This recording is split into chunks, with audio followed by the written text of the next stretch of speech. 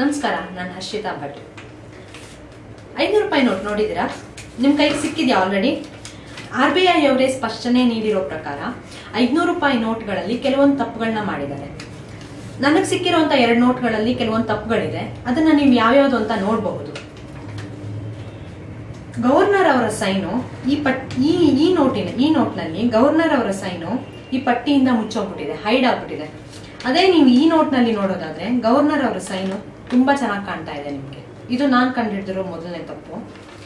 ಎರಡನೇದು, ನೀವು ಸರಿಯಾಗಿ ಅಬ್ಸರ್ವ್ ಮಾಡಿದ್ರೆ ನಿಮ್ಗೆ ಗೊತ್ತಾಗಬಹುದು, ಈ ಔಟ್ಲೈನ್ ಏನಿದೆ ಇದರಲ್ಲಿ ಈ ಒಂದು ಡಿಸೈನ್ ಏನಂತ ಕೊಟ್ಟಿದ್ದಾರೆ ಅವರು, ಆ ಔಟ್ಲೈನ್ ಕರೆಕ್ಟ್ ಆಗಿ ಕೊಟ್ಟಿದ್ದಾರೆ, ಕರೆಕ್ಟ್ ಆಗಿ ಮುಚ್ಚಿದ್ದಾರೆ. ಅದೇ ನೀವು ಈ ನೋಟ್ನಲ್ಲಿ ನೋಡೋದಾದ್ರೆ ಔಟ್ಲೈನ್ಗೆ ತುಂಬಾ ಗ್ಯಾಪ್ ಅಲ್ಲಿ ಬಿಟ್ಟಿದ್ದಾರೆ. ಸ್ವಲ್ಪ ಗ್ಯಾಪ್ ಅಲ್ಲಿ ಅವರು ಈ ಡಿಸೈನ್ ನ ಇದು ಮಾಡಿದ್ದಾರೆ.